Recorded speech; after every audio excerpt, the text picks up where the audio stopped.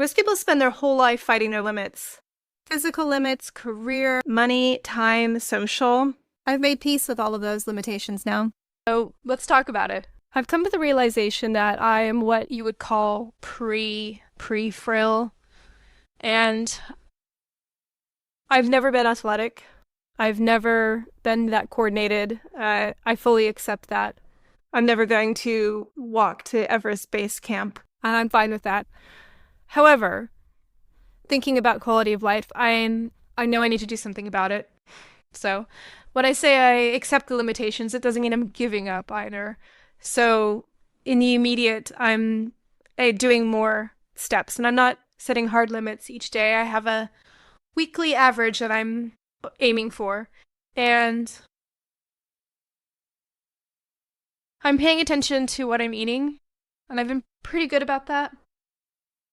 But I don't want to be hard and strict about it because I don't play that way. I love my food, and so yeah, I can't see myself going on any kind of strict diet, but I have to make those sensible choices.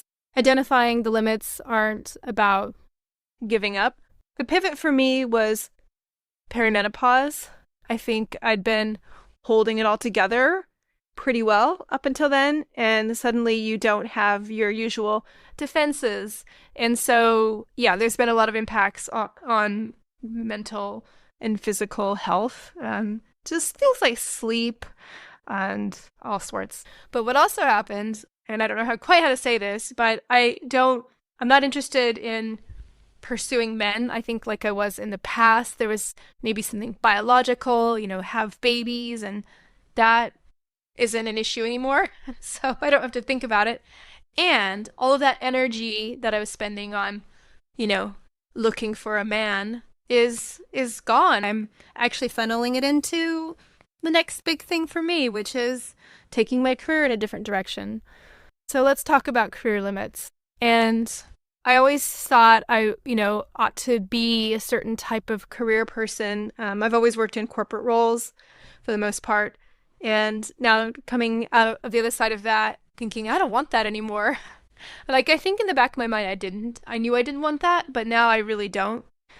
And it means I don't have to work full time anymore. Let's just say past me made enough of the right decisions. I don't have to work full time right now, but obviously that can't go on forever. I do need to earn more money. So telling myself it's not that I can't work hard. Like going to an office for me, it was super, super draining, especially in those last few years. And yeah, it's not that I can't work hard. I can work plenty hard. I do at least 40 hours a week on my own projects now. But just accepting that I'm not going to work for anybody else, most likely.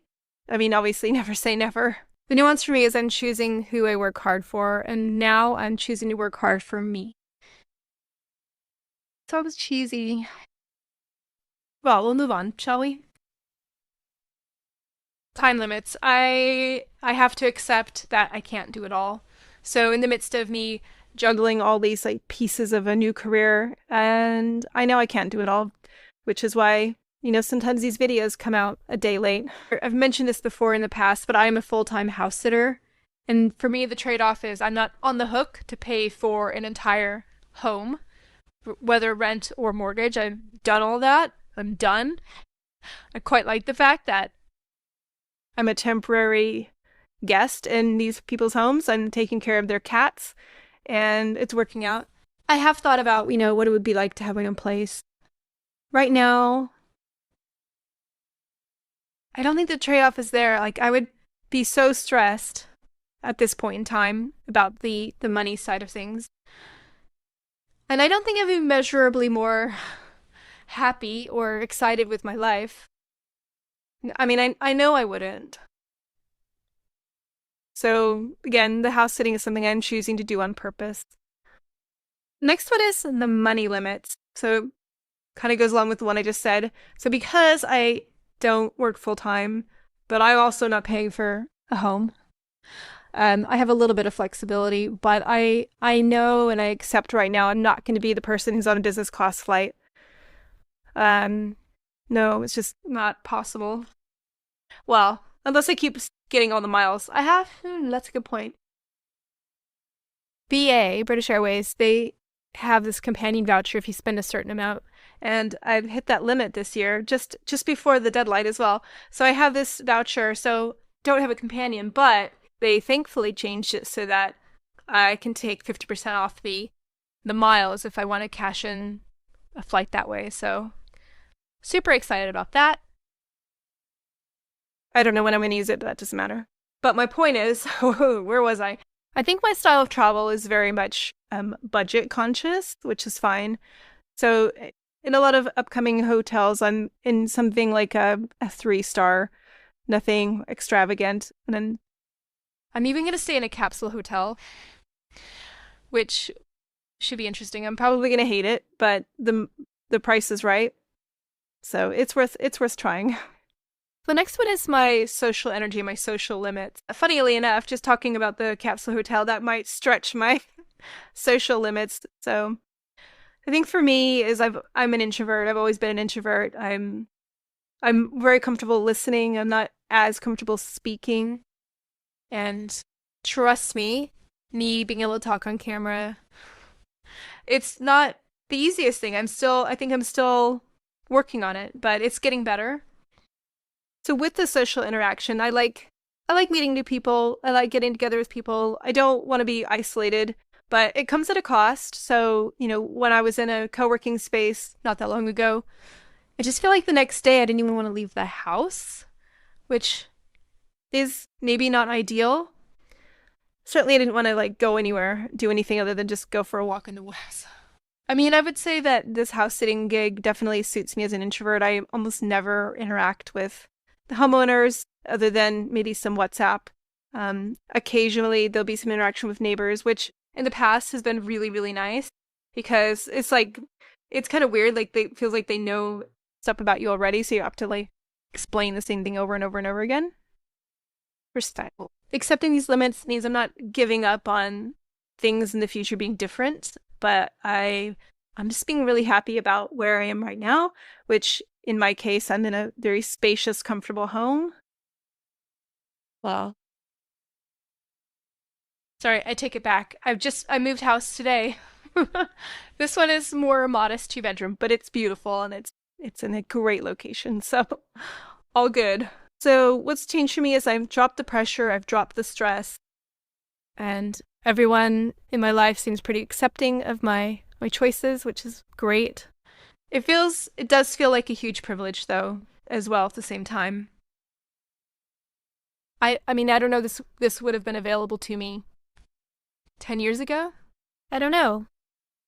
There's this really great book called Paradox of Choice, written by this author, Schwartz.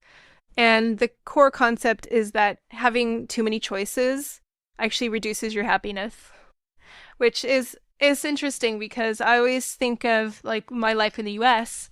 There was so much choice. There were so many places. If you go to any supermarket, you can be just overwhelmed with the number of choices, especially around junk food.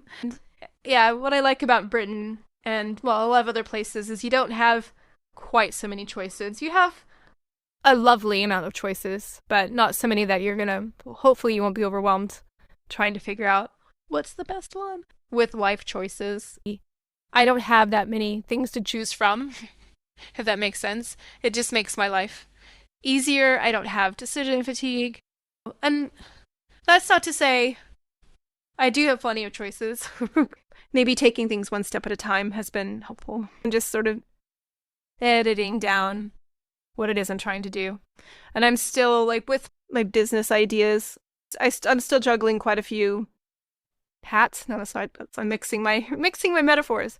I'm wearing a few hats, and maybe in an ideal world, I'd have just one fewer, but we'll see. I know my ADHD would be completely bored if I only had one thing to focus on.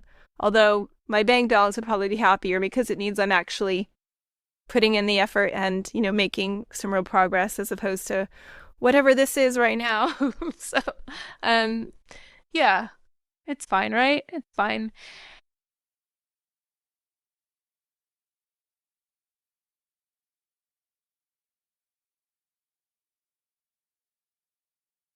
I guess it's a little bit like boundaries. I just want to sum up this by saying know your limits. Work with your limits. Stop punishing yourself for having limits. Thanks for watching. Bye for now.